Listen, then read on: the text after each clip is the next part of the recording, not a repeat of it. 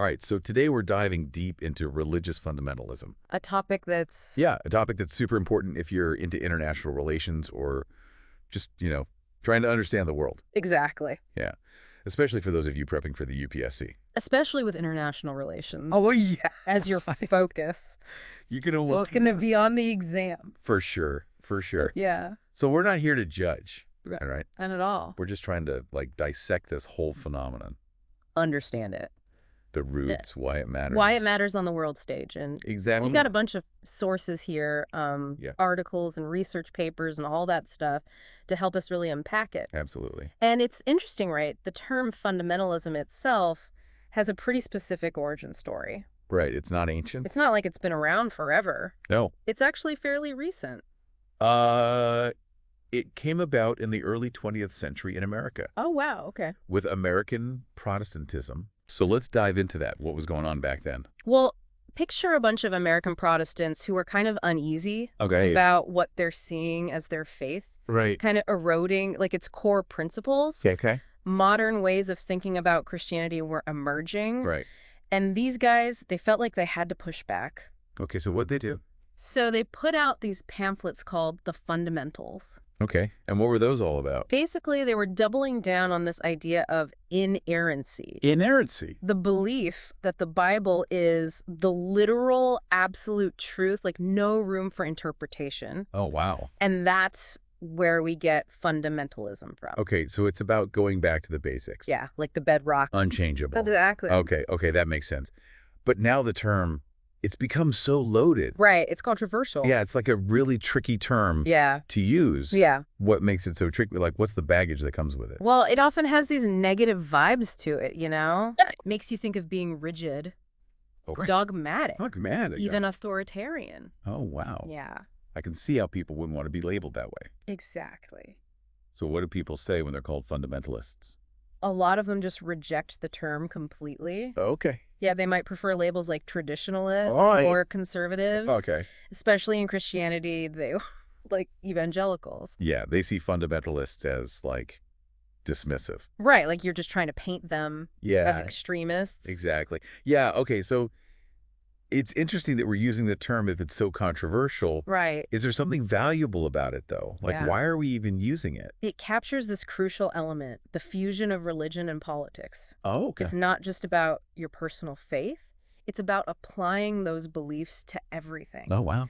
To how societies run, So for those who are fundamentalists, that line between religion and politics gets kind of blurry. Exactly. It doesn't even exist. They believe their religious principles should guide everything, like law, social norms, even economics. Wow. Yeah, it's about making the spiritual public. Okay. It's not just personal belief. It's a blueprint for society. So then why is that appealing? What drives that impulse? That's a great question, but before we get into that, let's take a step back and look at the bigger picture. Okay. We're talking about a global phenomenon here. Yeah. The late 20th century saw this huge surge in fundamentalist movements all over the world. Wow, okay. Yeah. And the sources point to a bunch of different reasons for that. Secularization. Globalization, postcolonialism. Yeah, it's tough. But can we really pin it on just one thing?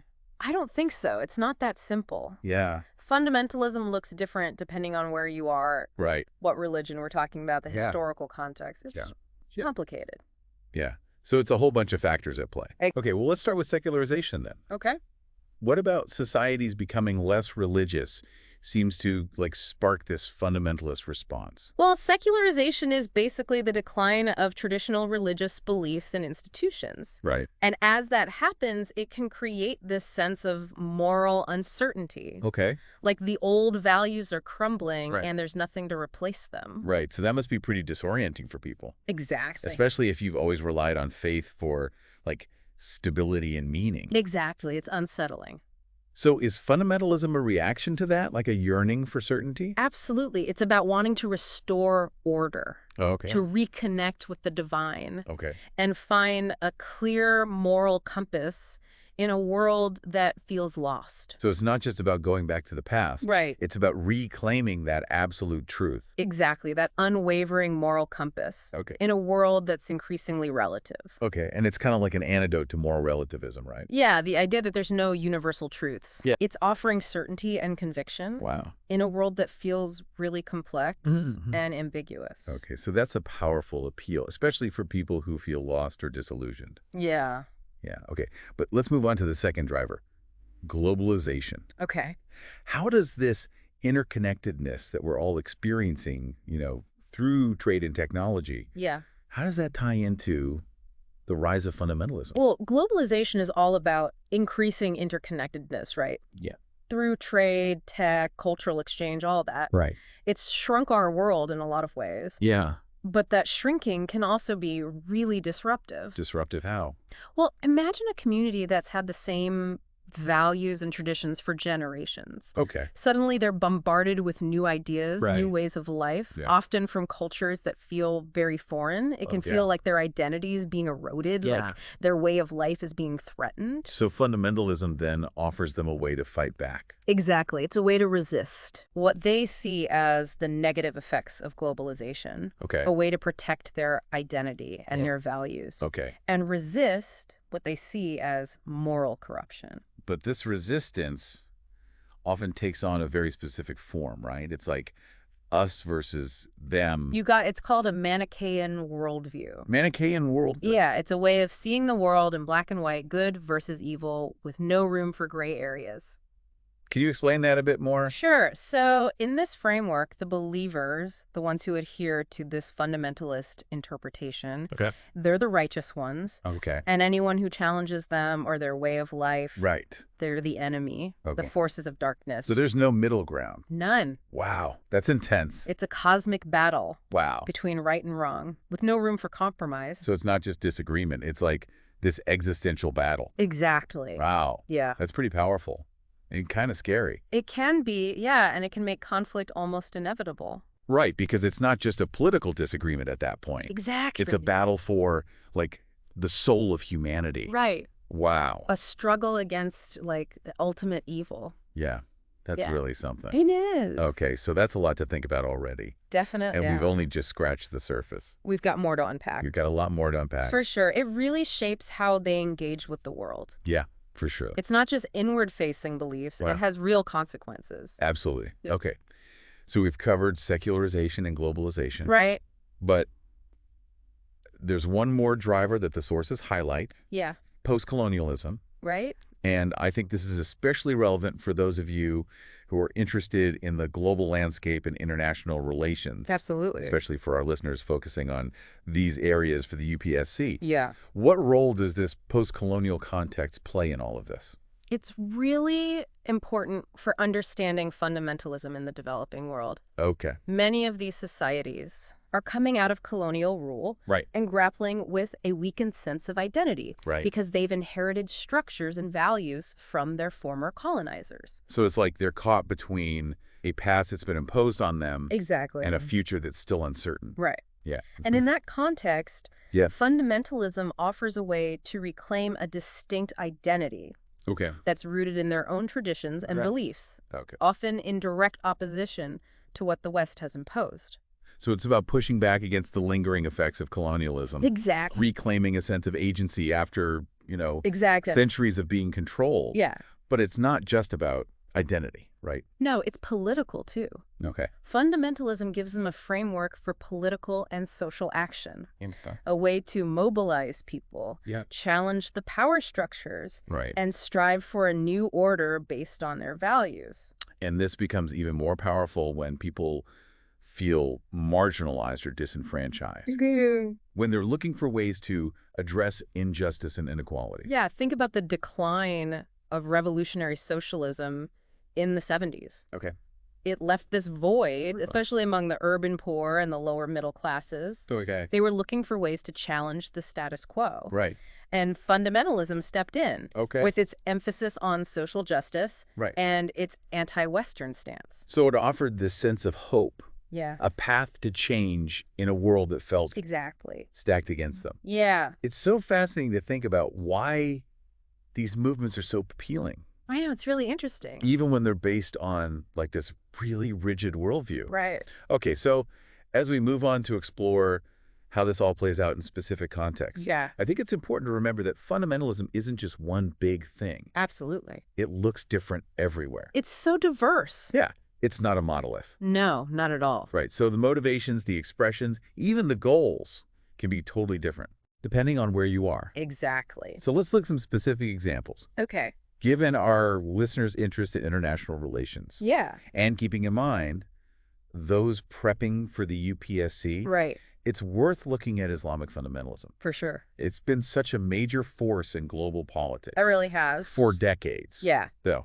And it's a perfect example of how those drivers we talked about, Yeah. secularization, globalization, Yeah. postcolonialism, Right. can fuel fundamentalism. Well. Many Muslim-majority societies have gone through these rapid social and economic transformations, Oh, that's so- especially in recent decades. Yeah. And often that comes with a sense of cultural dislocation and political instability. So, again, it's like a reaction to a world that feels out of control. Right. This yearning for stability. Yeah.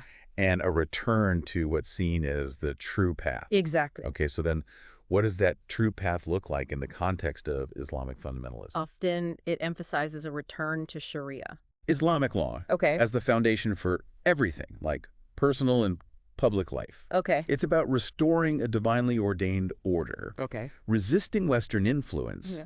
and achieving social justice. But even within Islamic fundamentalism, Yeah.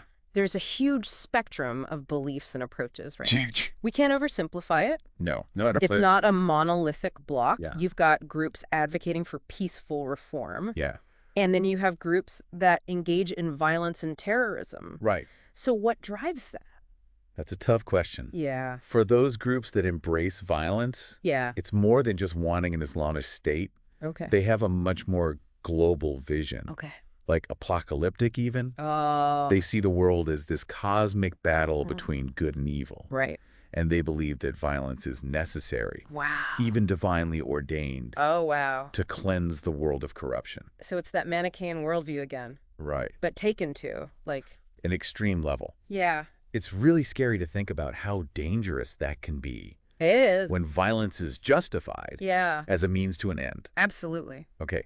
But even within the groups that reject violence, Right. there are still disagreements Yeah, tons. about the role of the state, Right. the interpretation of Islamic law, Exactly. the relationship with the West. Yeah, it's complex. It's a really complex landscape. And always evolving. Yeah, and it has a huge impact on international relations. It really does. Understanding those internal dynamics, the different factions, Yeah. is crucial for anyone trying to navigate the complexities of the Middle East, for example. Absolutely. But it's not just about the Middle East. No, it goes way beyond that. Islamic fundamentalism is a global force now. It is. It shapes political alliances, inspires movements, Everything. influences foreign policy, Yeah. debates about religious freedom. It's all connected.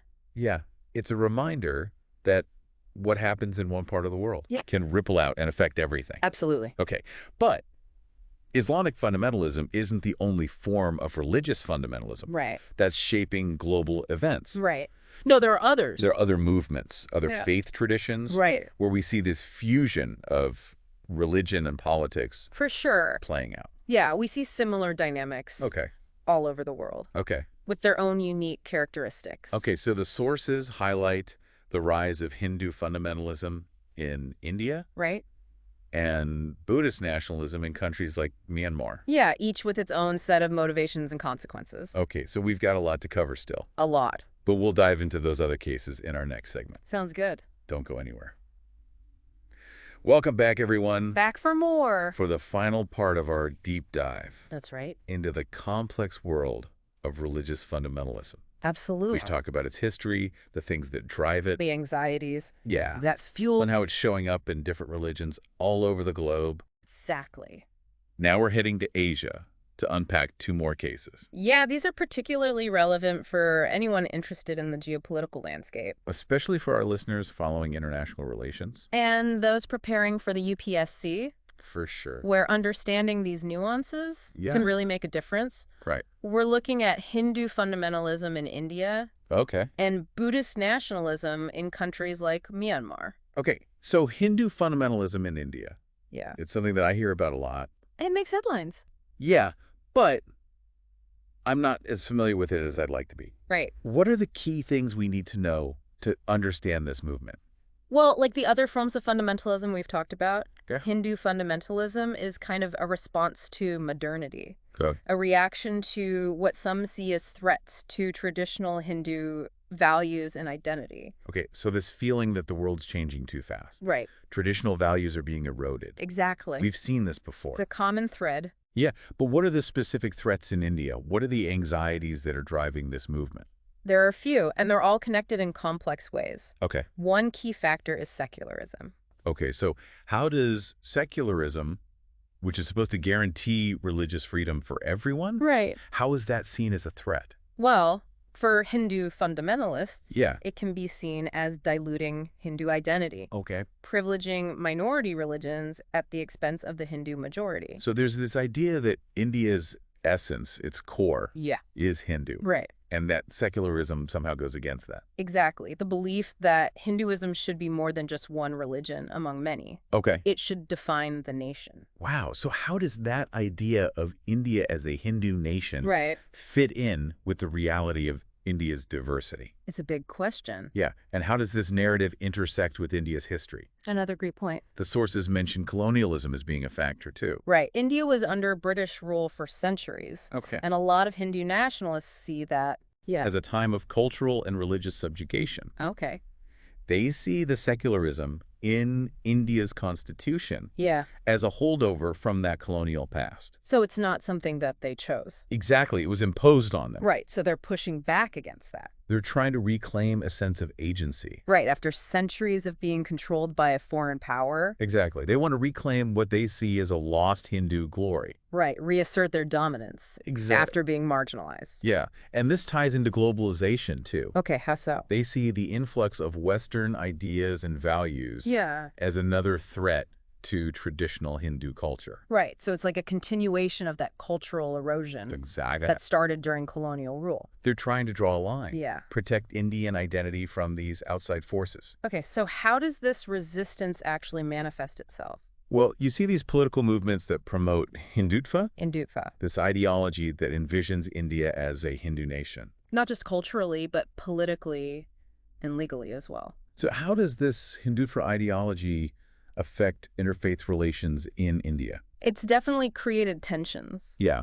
Hindutva has led to this rise in Hindu nationalism, Okay. which prioritizes the interests of Hindus Oh, yeah. above other religious groups. Okay, and this has led to increased tensions Absolutely. between Hindus and religious minorities. Especially Muslims, Okay. who are often portrayed as a threat. To this Hindu nation. Exactly. And we've seen reports of violence against Muslims in India. Yes. Is that connected to this rise of Hindu nationalism? It's hard to say for sure. Right. It's a complicated issue. Right. But there's no doubt that the rhetoric, Yeah. the focus on Hindu identity, Yeah. creates this climate Right. where violence is more likely. And some Hindu nationalist groups have been accused of inciting violence directly. Yes, and even when there's no direct incitement, Right. the ideology itself can create a context where intolerance and aggression can flourish. It's a reminder that these ideologies can have really dangerous consequences, It can. even when they're rooted in this desire for identity and belonging. It's about understanding the nuances. Right. And seeing beyond the simple narratives. Right. It's not about condoning violence or prejudice. No, it's about understanding the forces at play. Right. The historical, social, and political forces exactly that it. shape these ideologies. And understanding the impact they have on people's lives. Okay, so let's shift gears now and talk about Buddhist nationalism, Okay. which has been in the news a lot lately. It has. And this one's really confusing to me. I can see why. I think of Buddhism as this religion of peace. Right. Nonviolence. Yeah, so how does that square with nationalism, which often seems to be about exclusion? It's a great question. Yeah. And it shows just how complex these issues are. Right, it challenges what we think we know about these terms Exactly. and how they can be manipulated. Right. Buddhist nationalism, especially in Myanmar, might seem contradictory. It does. But remember, nationalism is about prioritizing your own nation or ethnic group Right. above others. And that can be twisted. Absolutely. They fit any agenda. Even ones that seem to contradict the core values of a religion. So even a religion that emphasizes compassion and nonviolence can be used to justify violence. Unfortunately, yes. And we've seen that in Myanmar. We have some Buddhist nationalist groups have been accused of inciting violence against the Rohingya Muslim minority. Okay. They see the Rohingya as a threat, even though they've lived in Myanmar for generations. Wow. And they've used religious rhetoric to justify their persecution. It's so sad. It is. That even a religion that preaches peace can be distorted to justify violence and exclusion. It's a reminder to be critical, to question our assumptions, and be wary of any ideology that divides people into us and them. Okay, so we've talked about a lot in this deep dive. We have. From the history of fundamentalism to its many different forms around the world. It's a complex topic. It is. So what are the key takeaways here? What should our listeners remember? I think the most important thing is to understand that fundamentalism isn't just about religion. It's about power, identity, and fear of a changing world. Right. It's about how people understand their place in the world. Exactly. Especially when they feel threatened. Exactly. And second, we have to remember that fundamentalism isn't one thing. Right. It's not a monolith. It looks different depending on the context. Okay. So we can't lump all fundamentalists together. We have to look at the specific factors. Right. The historical, social, and political factors that shape these movements. So nuance is important. Absolutely. And that brings us to our third takeaway, right? It does. And this is especially important for anyone studying international relations. Or just trying to understand the world. Exactly. We need to be aware of the dangers of fundamentalist thinking. Right. Especially the tendency to demonize the other and justify violence. In the name of righteousness. Right. Whether it's Hindu nationalism, Buddhist nationalism, Islamic fundamentalism, or Christian fundamentalism. Right. They all have that in common. They do. This black and white thinking, this tendency to oversimplify complex issues. It can have really bad consequences. It can lead to conflict, erode democratic norms, and justify discrimination and violence. I can't ignore those consequences. We can't. So I hope this deep dive has helped our listeners engage with these issues. Me too. In a more informed way. Be critical thinkers. Yes. Ask tough questions. Question assumptions. And be wary of any ideology that tries to divide us. That's so important. It is. And for those of you prepping for the UPSC, good luck. This isn't just about memorizing facts. No. It's about understanding what shapes our world. Exactly. Analyzing events and movements with a critical eye. And for everyone listening, yeah, remember, knowledge is power. It really is. The more we understand about the world, the better equipped we'll be to face its challenges. That's a great place to end. Yeah. So keep exploring these topics. There's so much to learn. There's a ton of information out there. Yeah. And the more we learn, the better off we'll be. Absolutely. So keep those minds curious. Keep thinking critically. And don't forget to like, subscribe, and share this episode with anyone who might be interested in learning more. Thanks for listening, everyone. Until next time. Keep learning. Keep exploring.